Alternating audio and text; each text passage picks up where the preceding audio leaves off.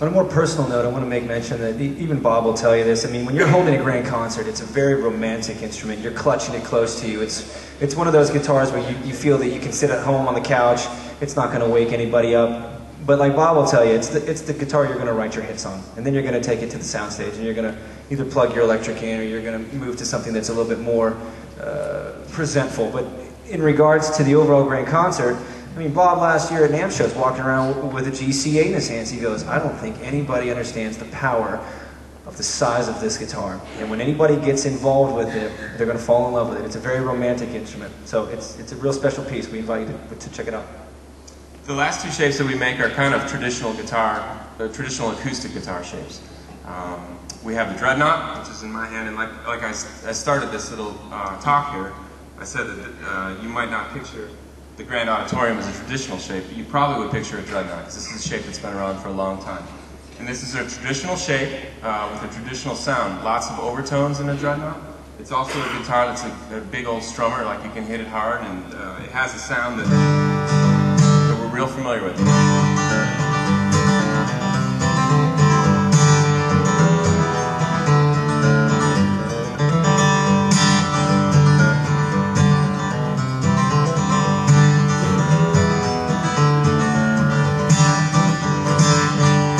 It's a guitar that's associated a lot in the bluegrass world, folk music and stuff. But Dreadnought, traditional sound, traditional package. Now the only shape that we can't show you tonight is the jumbo, and that's our biggest shape. That's our biggest body. And the jumbo is just a little bit wider than a Dreadnought. Again, it's the same depth. So this is interesting. This is kind of like where Bob thinks that the tone is more inherent in the shape than anything else, because the Dreadnought, the Grand Auditorium, the GS, and the GA are all the same depth. They're all the same depth. The only thing that's different is the profile of the body. The Grand Concert, the little guy that I played there, is the only one that's a little bit shallower. So the jumbo is even a little bit bigger than this guitar, and it's a great guitar for somebody who likes to hit hard and is used to a really big body. And actually, to get a jumbo to speak, you got to kind of hit it hard because it has the most real estate on the top. So if you're somebody who plays really lightly with a thin pick, you're going to sound smaller on a jumbo than on a smaller guitar, because it takes more pressure. It takes more energy to move those strings. So those are the 5 body shapes. Grand Auditorium, Swiss Army knife, does everything really well. Grand Symphony, which is kind of our biggest, boldest, loud guitar, lots of lower mids. Grand Concert is a small little guitar, the intimate sound. The Dreadnought, traditional sound, and also the jumbo, traditional sound. And we've done really well with the jumbo body shape as a 12-string. We really like the way that size. Mike, your turn. Questions? Yes. Stand up, be recognized. Yeah, as far as slotted headstocks go, what's the thinking behind putting it on a grand concert, but, for example, not a grand auditorium? That's a good question. You want to handle that? I'll do it. Thank you. He asked what's the thinking in putting a slotted peg head on a grand concert instead of a grand auditorium. This is a slotted peg head. I think it's 2 things. I think one thing, I'm sorry I'm blinding y'all right there, like this laser beam. I think there's 2 things going on. One of it is kind of traditional. There's a lot of smaller body guitars that we've seen for the years that's the type of peg head you see. But also, if you talk to Bob about it, because of this whole thing with the shorter scale, right? When you have a shorter scale length, you have less string tension on the guitar, which feels really comfortable. But the other thing that's kind of interesting about what happens here is if you look at this guitar and you look at the break angle of the string, in other words, the angle that the string comes over the nut and then dives around the tuners on, it's more severe than on a standard peg head. This angle here, just bam, right? Whereas on a standard peg head guitar, it wouldn't be as severe. So you sort of get back some of that tension. That if this had a standard peg head on it, the tension would be a little bit different. So it sort of puts it in the middle. Good. Anyone else? Yeah. I'd like to hear the Grand Auditorium. GA?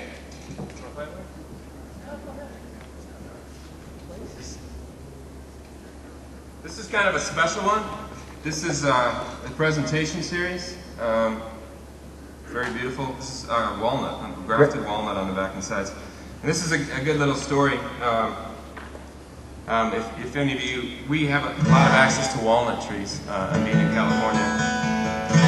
Oh, this pipe won't talk. Huh?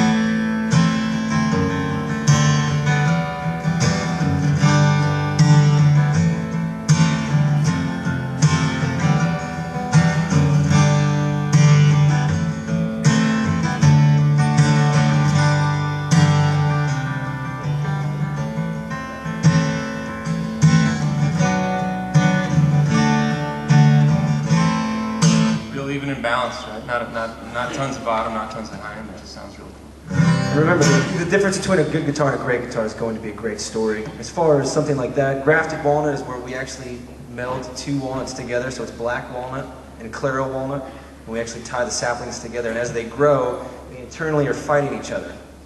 So when you look at the wood, you can see where the grains are, they're fighting each other, so it has a real interesting aesthetic to it. The question is, do we vary our materials as far as the wood choices over the certain shapes? I'm going to move into that in just a minute. It's a great question. I'll answer that. There was one over here on my right. Yes? As far as nut width is concerned, is 1 3/4 the standard, or is 1 11/16 the standard? And if one is the standard over the other, how easy is it to swap? Absolutely. Great question. 1 3/4 inch nut is the standard nut width for us. On everything but an electric guitar, T5, solid body, T3. If you wanted to make it the other direction, where you wanted to buy a GC5 with a 1 11/16 nut, it's completely doable. We'll do it for you. Easy. Just got to ask. Part of the whole purpose of this show is that it's all about you guys, you know, and you should pay attention to your heart and your ears.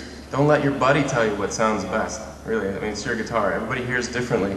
Everybody's searching for a particular sound in their own voice. And what we want to present tonight is enough, hopefully, some information that you can maybe start to draw some conclusions, or just start to think about it. Go, man, I wonder what, you know, I play metal, but I wonder what like a small body mahogany would sound like. That's the whole purpose of being here tonight. And buying an acoustic guitar is one of the more romantic purchases that you'll ever make, other than a diamond.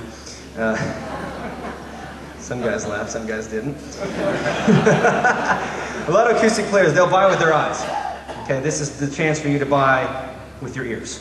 Okay, you know, acoustic guitars have to be held. They have to be played against your body. It's like going home and listening to yourself on the answering machine at home. You say, that doesn't sound like me.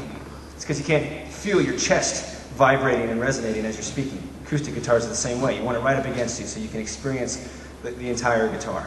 Okay. So let's transition real quickly. Let's talk about tone woods in general. Everybody thinks that tone woods is secondary to shapes. Some would agree, some wouldn't. Some would disagree so strongly they said that the only reason Taylor does anything well is because we have the best wood in the world. Okay? So Bob Taylor took it personally. He went out to the shipping yard. He picked up an oak pallet and he built a guitar out of it. And we have it in the shop today. It's known as the pallet guitar. I travel the country. People are always asking about this thing. Does it really exist? It absolutely exists, and it sounds fantastic. Okay? We're blessed with having good options at this point for wonderful tone woods because we've never burned any relationships with anyone that we buy our wood from. Okay? We're still working with the 3rd generation in India for all of our Indian rosewood. We've been working with them for 25 years. We have the first pick on anything they harvest. Okay? We have first selection on all high-grade koa coming out of Hawaii. And Bob has an outstanding decade or longer relationship with a Mexican tribe in Mexico where all of our Cocobolo is coming from. So we've built these relationships that have continued and pushed forward how good the quality of wood is going to come out of our shop year after year. Okay. Now that you've heard about shapes and you're starting to kind of peg your style and your sound, you're going to start to really fine-tune that process with the overall tone of the guitar. If you've ever read any warranty for any acoustic manufacturer, they're going to immediately tell you on the first line, tone is not covered under warranty. So now this is going to be your gateway into figuring out what tone really means.